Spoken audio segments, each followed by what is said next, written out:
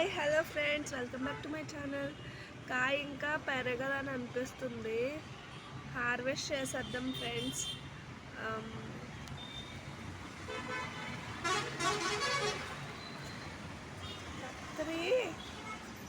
కత్తిరి లేదు, కింద ఉంది.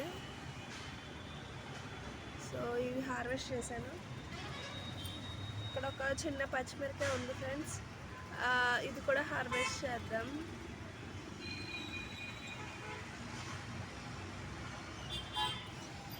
లైక్, షేర్, సబ్స్క్రైబ్ అండ్ చిట్టి వంకాయ. ఇక్కడ చిట్టి వంకాయ ఉందని చూడండి,